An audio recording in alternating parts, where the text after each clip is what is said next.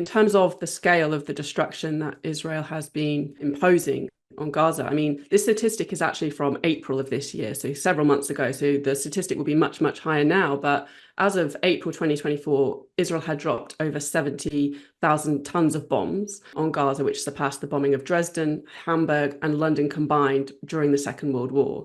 And as you mentioned, this is because the United States is supporting Israel.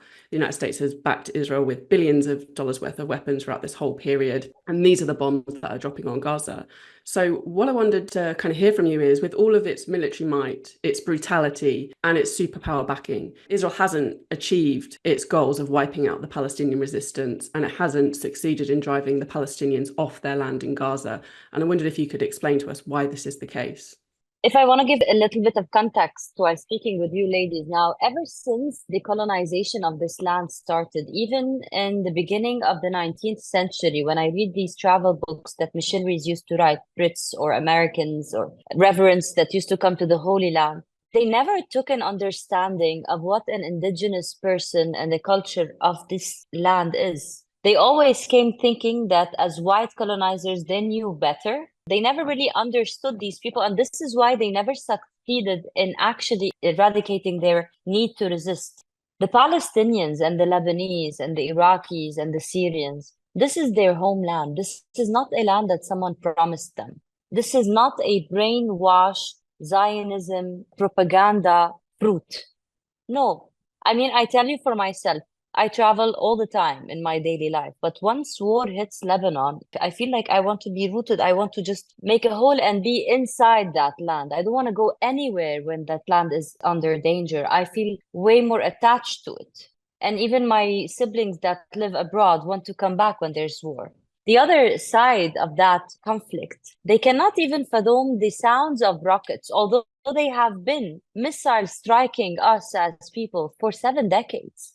They can't even listen to their billion-dollar funded Iron Dome intercepting these rockets. They lose their minds. They are not willing to defend that land because it's not their father's land or their grandfather's land. They do not have ancestral memory, collective memory. They do not have decades and maybe centuries of inbred belonging to that land.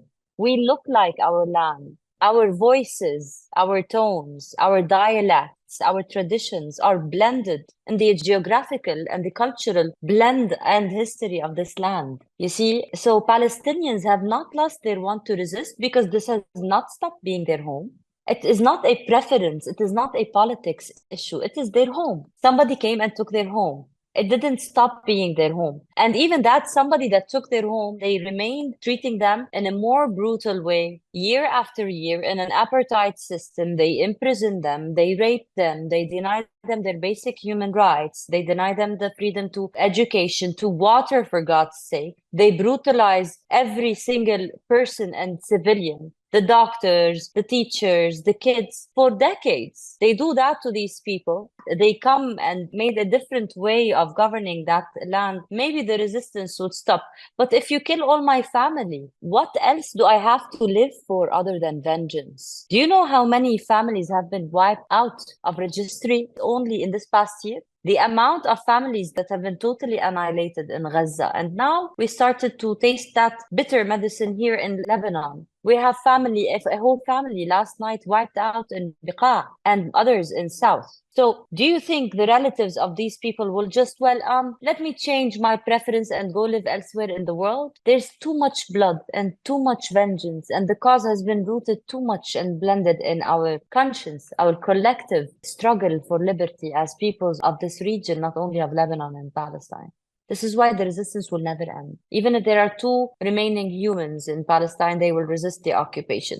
Now, the Israelis know that. This is why they're trying to annex a whole population. If you still believe that lie that Israel is defending itself by killing tens of thousands of innocent civilians in Gaza, you're out of your mind. They're trying to eradicate people, not Hamas, because they know that maybe now, since they have a total chaos around the world and the Americans are backing them and everything, they can kill as much as they want and get rid of more and more Palestinians. This is why they target the infrastructure. They make it unlivable. They want to drive them away from that land and take that land. But for the first time in history, the course of movement has been changed. And now these settlers, these colonizers, they are being displaced from northern occupied Palestine under the rockets of Lebanese resistance. So for a change, they are being pushed away from the land now.